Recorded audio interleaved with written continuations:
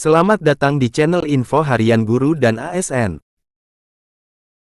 Pemerintah Kabupaten Maluku Tenggara Malra mengusulkan 1062 honorer menjadi pegawai pemerintah dengan perjanjian kerja PPPK 2023 kepada Kementerian Pendayagunaan Aparatur Negara dan Reformasi Birokrasi Kemenpan RB. Bupati Maluku Tenggara M. Taher Hanubun menjelaskan bahwa pengusulan PPPK itu sebagai solusi untuk memperjuangkan nasib honorer daerah yang sesuai rencana dihapuskan secara bertahap. Sementara Pemda di wilayah terluar Provinsi Maluku itu masih kekurangan sumber daya manusia. Kebijakan perekrutan tenaga honorer menjadi PPPK melalui surat nomor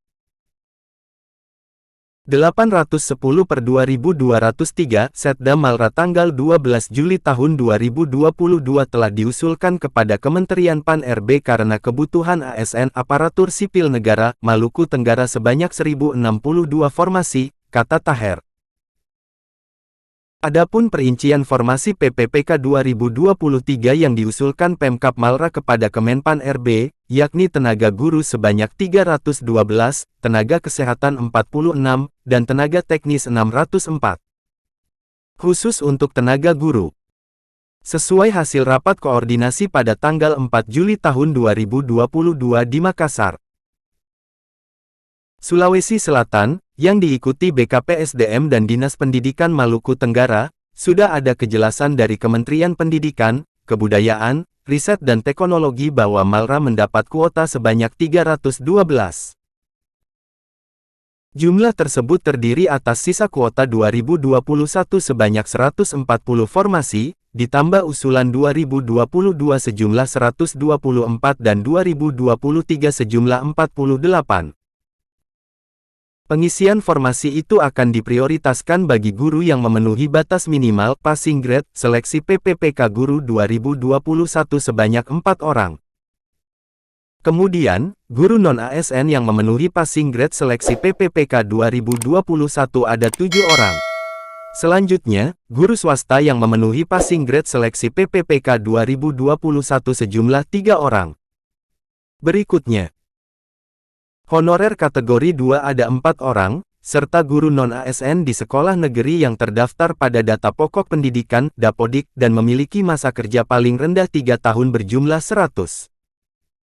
Mereka ini tidak lagi mengikuti seleksi melalui tes CET UNBK, tetapi hanya melalui mekanisme seleksi kesesuaian atau verifikasi yang dilakukan pada 4 dimensi, yakni kualifikasi akademik atau sertifikat pendidik, kompetensi teknis, kinerja, pemeriksaan latar belakang, serta wawancara, ujar Taher. Dia mengatakan apabila masih tersedia sisa formasi setelah pengisian oleh pelamar prioritas, maka akan diisi pelamar umum yang mengikuti seleksi menggunakan CET UNBK. Pelamar umum terdiri atas guru honorer di sekolah negeri, terdaftar di Dapodik paling lama 3 tahun, lulusan PPG yang terdaftar di Dapodik, dan guru honorer di sekolah swasta terdaftar di Dapodik. Jumlah formasi yang tersedia sebanyak 194. Dia menyatakan bahwa adalah kesempatan yang luas bagi seluruh guru baik yang saat ini honor di sekolah negeri dan swasta.